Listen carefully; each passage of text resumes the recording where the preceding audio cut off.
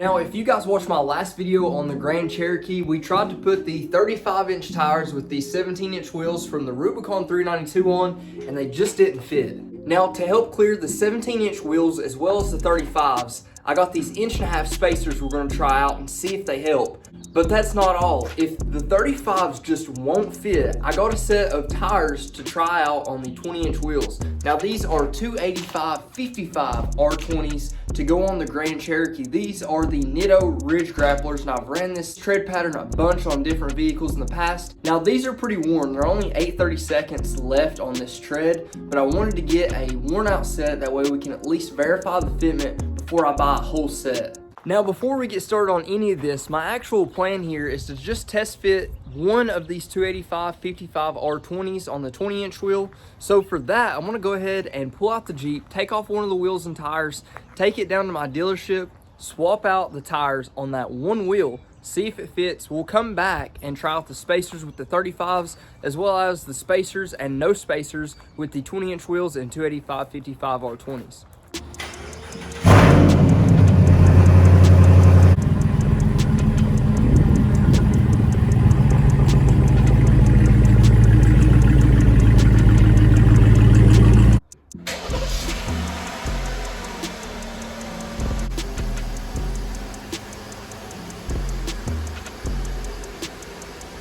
So first things first for now, go ahead and jack this thing up, get the wheel and tire off, and then we'll hit the road.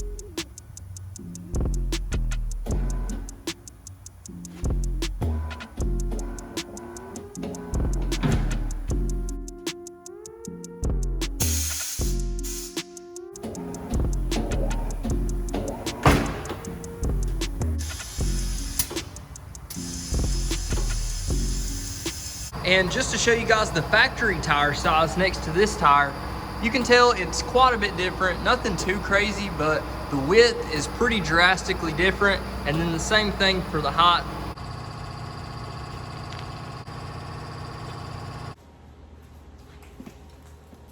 So before we do anything, put on spacers or anything like that, let's just mount this up and see if it actually clears.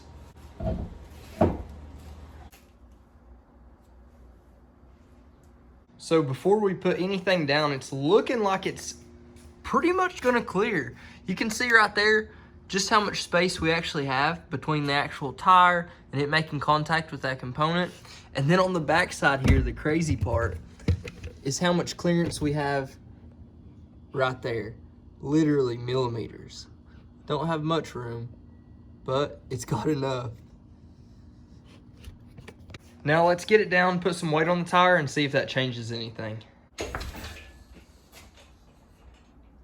Now that it is down on the ground, you guys can see right there, we still have just a hair of clearance in terms of what's on top of the tire.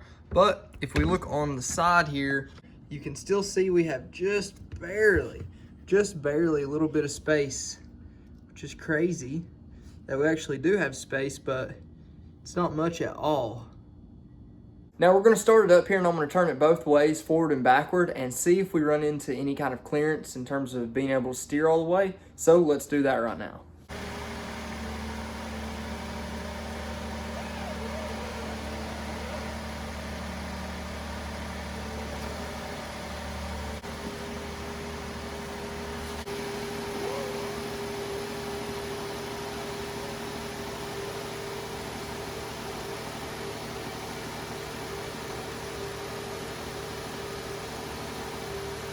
just enough clearance in the back to get away with. You could put one piece of paper in there, but that would be about it. Now that clearance is a little too close to comfort for me. So I do have some 1.5 inch spacers. So let's throw those on, see what they look like, and see how it changes this clearance.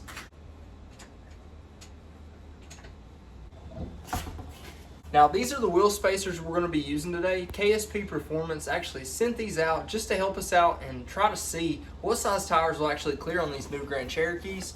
Now these are a 5x5 bolt pattern, 5x127. Now surprisingly enough, the actual bolt pattern and the thread pitch on the actual lugs end up being the exact same as the Jeep Wrangler. So these are 5x5, 1.5 inch wheel spacers, and they are hub centric for that 71.5 millimeter bore. And with that, it's going to help a lot, keep a lot of the weight off these actual lugs and keep it on the hub itself. So that's exactly what you want to see on these wheel spacers. Now you hear a lot of stuff about wheel spacers and them being bad. I've used a lot in the past. You just got to find the right ones and the right measurements. That way everything's going to match up right and work correctly. And I think KSP Performance makes a really good spacer, and it's for a really good price. So I'll put a link in the description to all these down below. These specific ones will be attached, and then also basically an attachment to their entire store. Now for what comes in the actual box of these, we've got 2 sets here. So obviously we need 4 of them. And aside from that, it does have installation instructions. I'm sure it'll tell us what foot-pound of torque we need to use on these. And then even aside from that, they've got a little bit of Loctite in there for us as well, and then some stickers. So let's go ahead and throw this first one on and see what it looks like. Now, of course, if you have an older vehicle, you'll always want to sand this part down. That way it gets 100% contact with the actual hub assembly rotor itself. And on these, you'll want to be sure that you don't have any extra metal shavings from taking your lug nuts off or anything like that. So just wipe them all down, especially if it's a little bit older. But for these, it's pretty simple and straightforward. See, this is the lip I'm talking about to make it hub centric. So this will snug right up to it whenever we line these up. So you can tell you don't have any play going up and down, and there's actually no weight on the actual studs themselves. So that helps out a lot. And one of the best things about using the 1.5 inch spacer is pretty much no matter what wheels you're running, you don't have to worry about any extra length on your actual studs themselves. If you get any spacers that are shorter than that, a lot of times you're going to run into issues to where you may need to trim down your actual lug studs, and you never really want to do that unless you absolutely have to. And for these, more times than not, you're going to need a different socket size. So make sure you don't try to use the exact same socket size as your stock lug nuts, because you don't want to mess them up.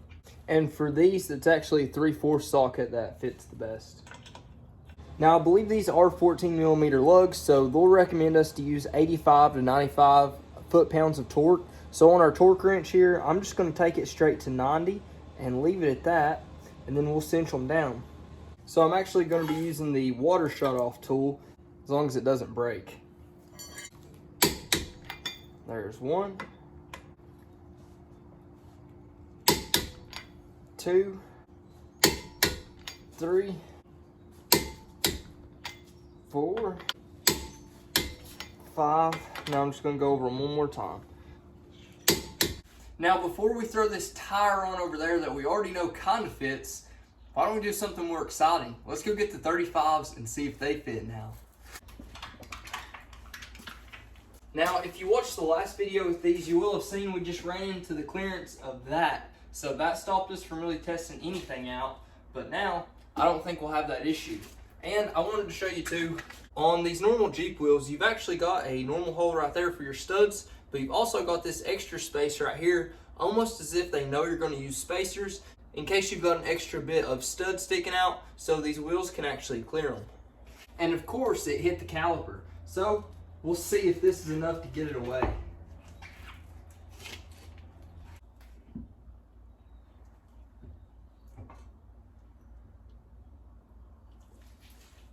Well, they at least mount up this time, but still running into the same issue.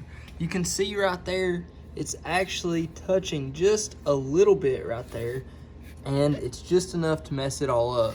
Now, keep in mind these are 1.5 inch spacers, and it almost looks like it's clearing the caliper there. It is everywhere except for maybe the very bottom piece right there. I can't tell.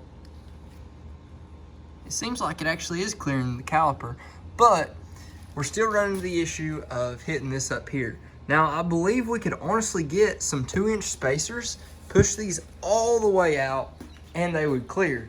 With that being said, if we did that, we're gonna have to do a lot of trimming.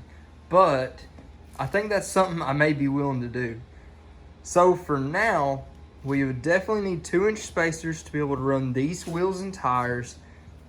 And the 35s just look awesome every time I put them on there. So I start getting some ideas. But I think 2-inch spacers really would clear that component we keep hitting. And it would definitely get us out past where it's got this little lip on the inside of these Rubicon 392 wheels, which is where it was hitting from the caliper. So 2-inch spacers might be the move on this Grand Cherokee. But we can definitely say we tried. Now let's put these tires on and see what the clearance is like with an 1.5 inch spacer.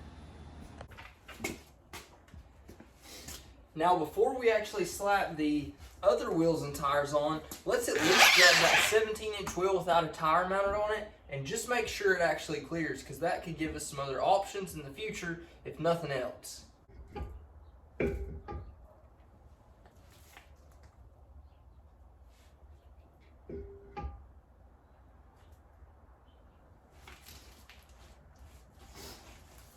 No, it's actually still hitting that caliper. Man, that sucks. So I guess I couldn't tell with the actual tire on it, because not only was it hitting up there, but it's actually still hitting on the caliper. You can see these studs are out farther than these studs are. It's just not giving us enough space to get away from that caliper.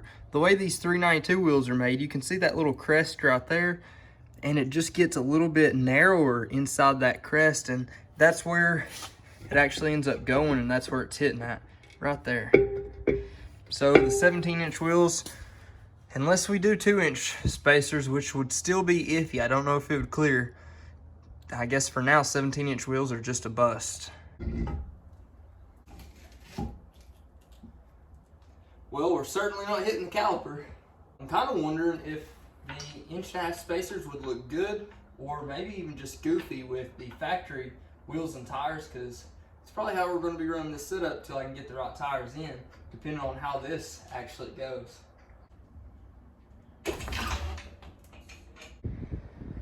I'm not even going to lie, guys. That looks pretty good. It's sticking out right there just as much as I'd like to see. Man, that looks good. And you can tell right here on the clearance, it's got plenty of clearance from the top, and it's also got that clearance that we were looking for on the side. I mean, that's plenty far enough away. My only question now is, will it actually be able to turn? But man, that fitment looks good. I love to see that tire poking out just about that much. Tell me what you guys think about that. I really like it sticking out about that far.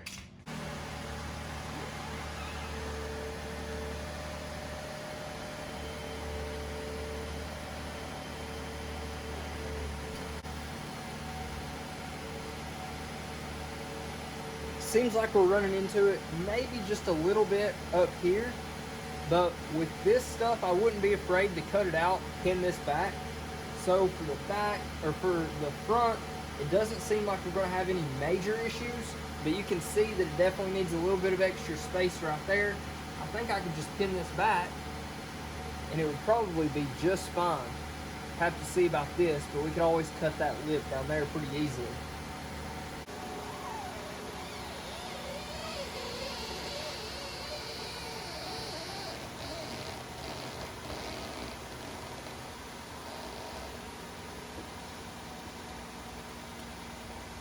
Now back here, I could definitely feel that in the actual steering. It's definitely hitting this right here. I'm not exactly sure what that is, but I'm definitely not afraid to take it off and see what's behind there and see what we can cut out. But it's definitely going to hit this right here pretty aggressively. Seems like we've got maybe a pinch weld down there.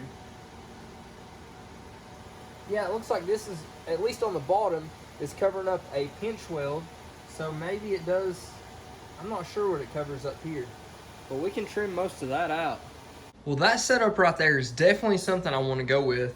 If you can't tell, I like them to stick out just a little bit. But we've got to figure out a way to get around all of those clearance issues and we'll be fine.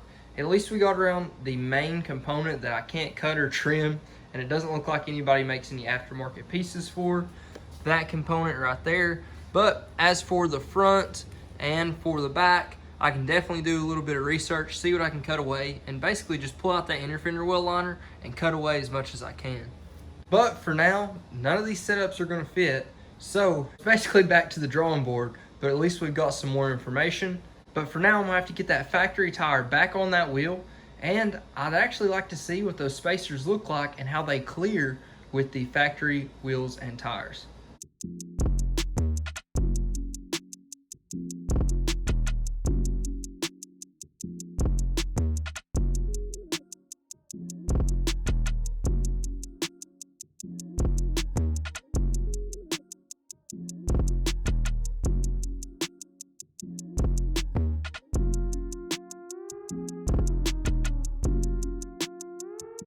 So now we're back with the factory wheel and tire, and I'm going to go ahead and mount it up onto the spacer and see if it affects our clearance any, kind of like it did on the 285. So even with the factory tire, it does stick it out quite a bit. I'm just trying to decide if that looks good with the factory tire or not. I know with an aggressive tire it looks awesome, but with the factory tires, it kind of makes me think what's the point of putting them out there. But you can see right there, sticks it out quite a bit, and of course this is what it looks like on the factory side, 100% flush, and that's what it looks like from the front. It actually does kind of create the illusion that those tires are bigger than what they actually are just because of that offset, but I'm not sure if I want to do that with the factory tire or not. And let's go ahead and see if we run into any clearance issues with this, with having the spacer on with the factory wheel and tire.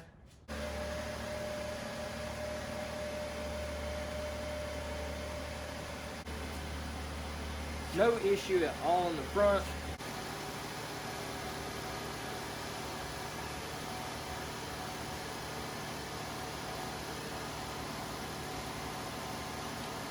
And no issue whatsoever in the back. It does get closer though, that's for sure. So for now, I've just decided to go ahead and take the spacer off until we get a bigger set of tires to run with these 20-inch wheels, because the 17s aren't going to work. I may get some 1-inch spacers and I may get some 2-inch spacers as well. Try that out with the different fitment before I order a set of tires, just because I want to figure out the absolute biggest we can get away with. Just haven't been having any luck.